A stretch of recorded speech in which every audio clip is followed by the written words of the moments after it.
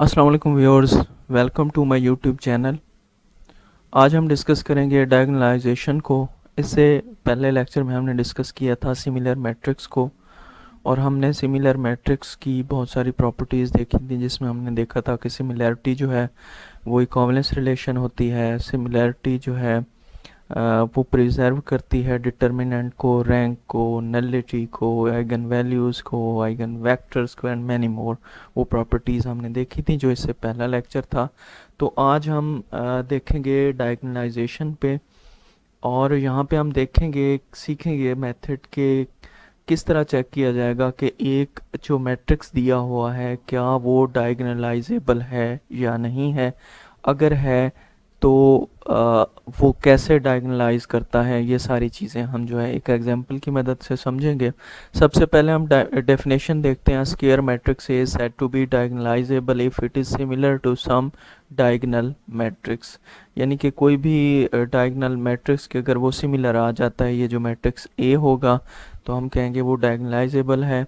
यानी कि if there exist an invertible matrix P such that P inverse A P is diagonal, यानी कि अगर हमारे पास जो मैट्रिक्स ए है वो अगर सिमिलर आ जाए इस मैट्रिक्स के, ठीक है, पी इनवर्स ए पी के, तो और अगर ये पी इनवर्स ए पी जो है वो डायगोनल हो जाए, तो फिर हम कहेंगे कि पी जो है वो क्या करता है, डायगोनलाइज करता है ए को।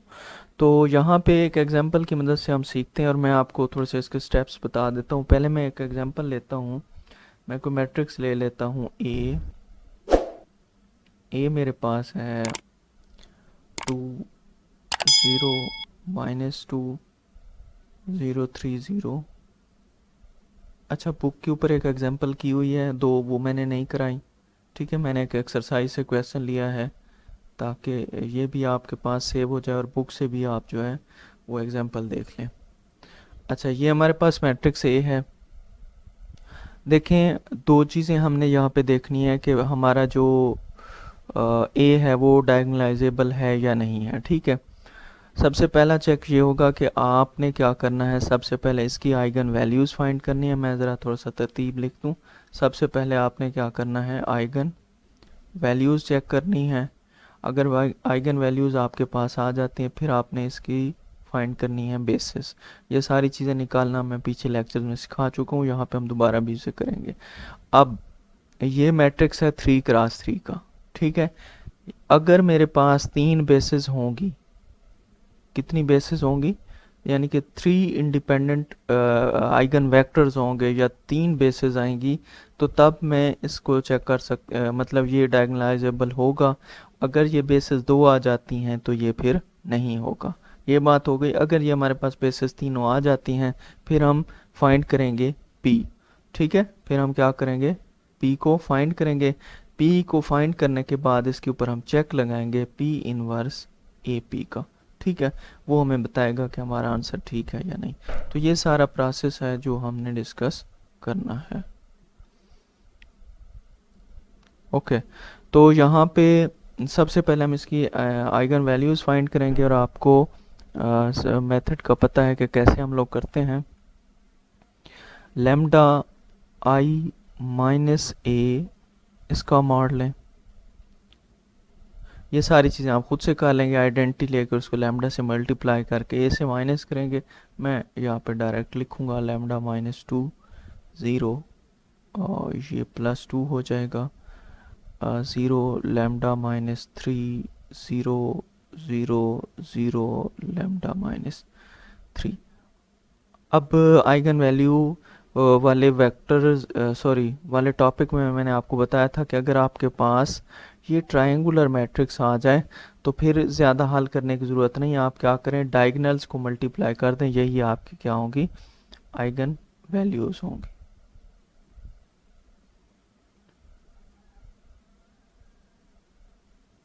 ठीक है, तो यहाँ से मेरे पास आंसर आ गया 2 3 3।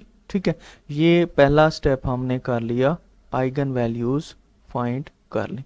अब दूसरा स्टेप मैंने आपको बताया कि हमने इसकी बेसिस फाइंड करनी है। तो देखते हैं जी कैसे करेंगे। उसके लिए होता ये है कि सबसे पहले लैम्डा की वैल्यू 2 है, तो put lambda is equal to 2 in delta I minus A, ठीक है, into X is equal to 0, ठीक है।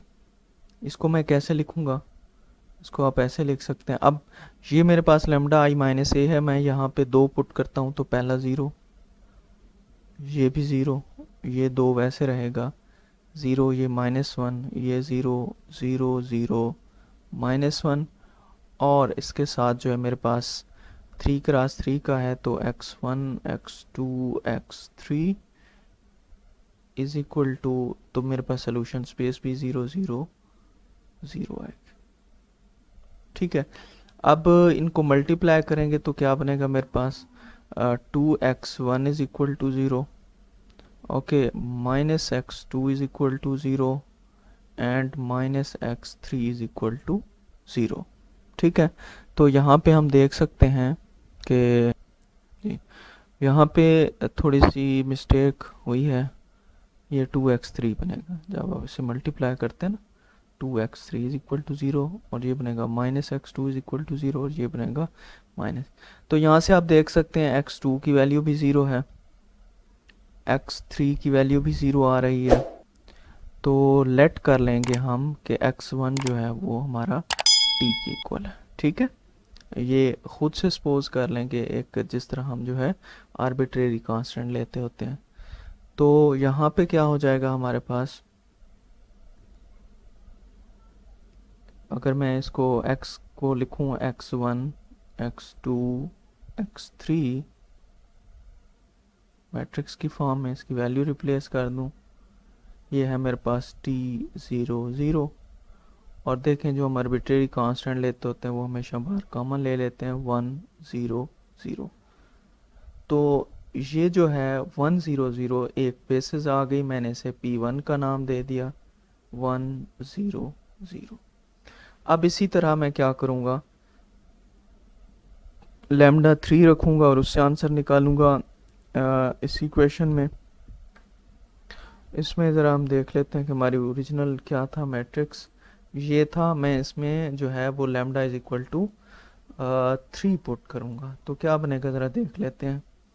ये मेरे पास बन जाएगा, पहला बनेगा 1 0 2 0 0 0 0 0 0, ठीक है, क्योंकि ये लैम्डा की वैल्यू अगर 3 पुट करता हूँ तो ये मेरे पास क्या बन जाएगा, 0 बन जाएगा। इसी तरह इसको मल्टीप्लाई करूँगा x1 x2 x3 से, और ये इक्वल हो जाएगा किसके, 0 0 0। ये बेसिस वाला आर्टिकल अगर आप देखें तो आपको उधर से भी समझ आएगी कि हम कौन सा मेथड कर रहे हैं, बेसिस फाइंड कर। ओके, अब इसे जो है हम हल कर लेते हैं। तो पहला ही मल्टीप्लाई होगा x1 plus 2x3 is equal to 0। अब बाकी ये सारे 0 0 0 0 हो जाएंगे, तो यहाँ पे मैं लेट करूँगा कि मेरे पास जो x3 है वो t के इक्वल है, तो x1 जो है वो आ जाएगा -2t। अब x2 यहाँ पे नहीं है, तो x2 को कोई और वेरिएबल का नाम दे देते हैं s का, तो मेरे पास जो x1 x2 x3 बनेगा वो कैसे बन जाएगा, वो बनेगा ओके -2t, ठीक है। यहाँ पे x2 जो s के इक्वल है और x3 जो है वो t के इक्वल है। अब जब ये दो वेरिएबल आ जाएं तो फिर आपने इन्हें ऐड करके लिखना होता है, यानी कि इसे मैं ऐसे भी लिख सकता हूँ,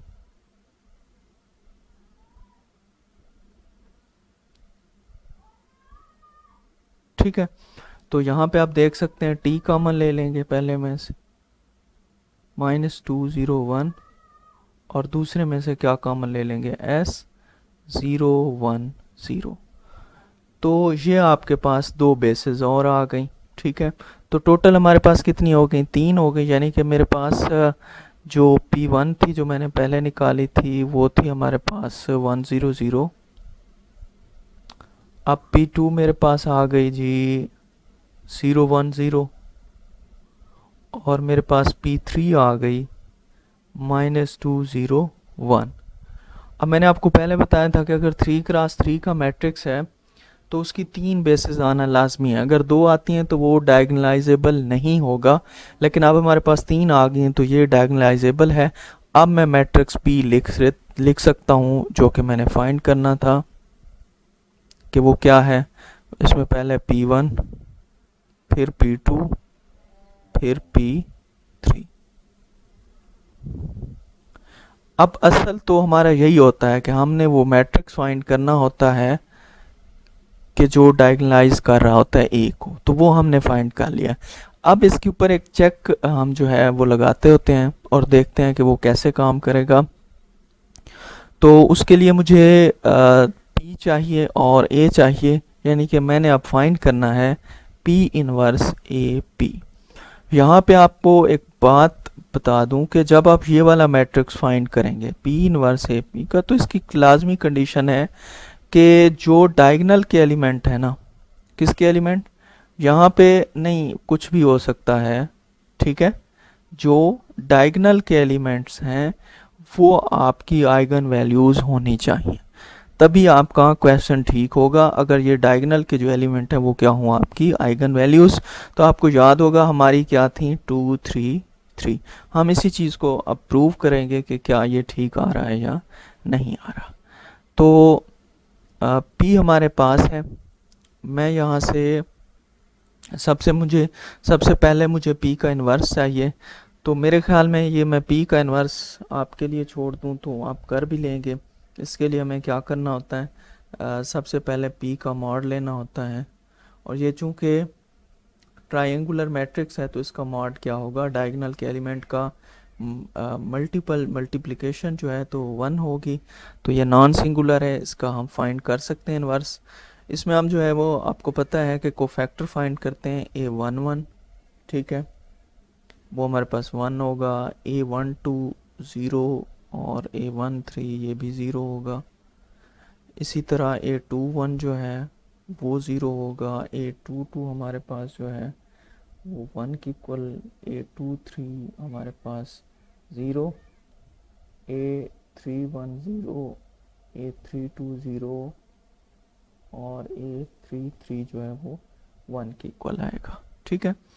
तो जो हमारे पास P इनवर्स होता है वो आपको पता है वो होगा adjoint of P over P mod.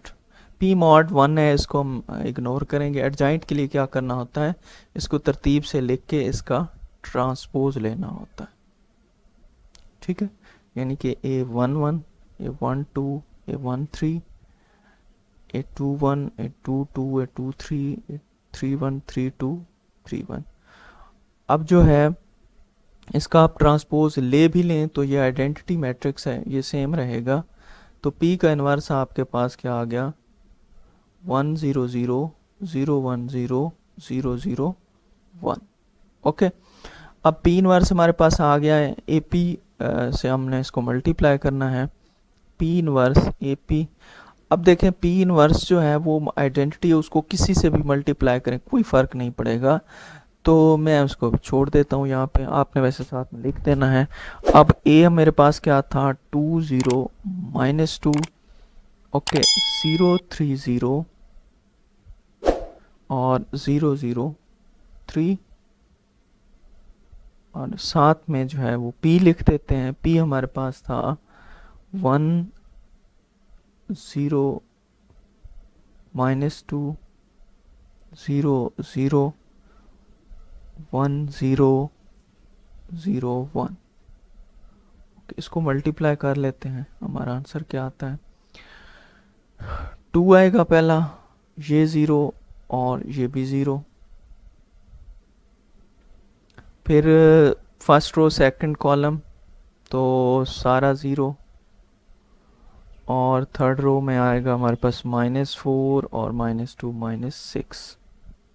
Second row अगर हम लेते हैं तो मेरे ख्याल में ये 0, ये 3 आएगा और ये आखिरी भी 0 हो जाएगा, ये 0 होगा,